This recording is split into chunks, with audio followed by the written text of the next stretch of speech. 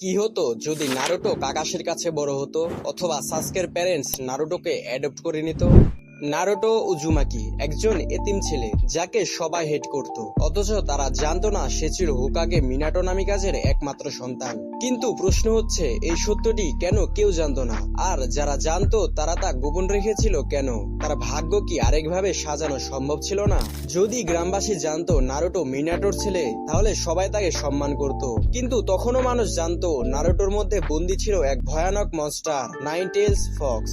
এমনিতেই জিনচুরিকি হওয়ায় অন্য গ্রামগুলোর নজর ছিল নারুটোর উপর, এবং থার্ড গ্রেট নিনজা ওয়ারে মিনাটো যে কাজগুলো করেছিল তার পরিপ্রেক্ষিতে অন্যান্য গ্রামের জন্য নারুটো হতো এক অন্যতম টার্গেট।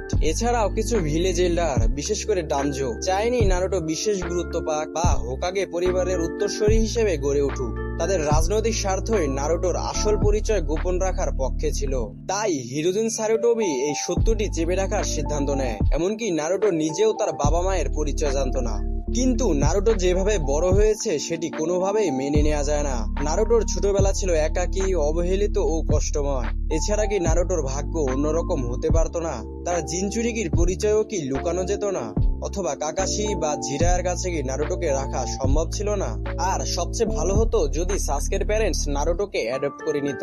মিকোটো উচিহা তো নারুটোর আসল পরিচয়ও জানতো, আর তাকে অ্যাডপ্ট করার চিন্তা ভাবনা হয়তো তারও ছিল।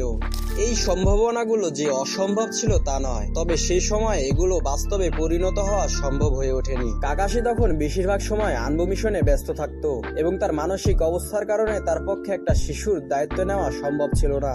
আর জিরায়ের ক্ষেত্রেও প্রায় একই অবস্থা ছিল। সে ছিল এক স্থিতিহীন জীবনে, দেশে দেশান্তরে ঘুরে গবেষণা করা ও গুপ্তচর কার্যক্রম চালানো। এসব কারণে তার লাইফস্টাইলে নারুটোকে বড় করা অসম্ভব ছিল। তবে মিকোটো উচিহা সে পারত, কিন্তু এখানে রাজনৈতিক সমস্যা ছিল। ভিলেজে অনেকে সন্দেহ করেছিল উচিহাদের ওপর যে তারা নাইন টেলস আক্রমণের পিছনে জড়িত। তাদের আলাদা করে সরিয়ে দেওয়া হয়। এই সময় তারা নিজেদের ক্ল্যান বাঁচাতে বিদ্রোহে ব্যস্ত ছিল, এবং জিনচুরিকিকে দত্তক দেওয়া, বিশেষ করে উচিহা ক্ল্যানের মতো একটি রাজনৈতিক অবস্থানে ছিল ঝুঁকিপূর্ণ। এছাড়া ফুকাগো তো পরিকল্পনায় করেছিল সে নাইন টেলসকে ব্যবহার করবে গ্রামকে ধ্বংস করতে।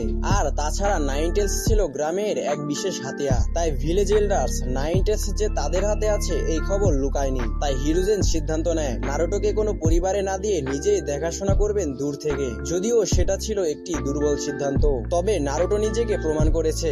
হয়তো কাকাশি বা জিরায়ের কাছে থাকলে নারুটোর একাকিত্ব দূর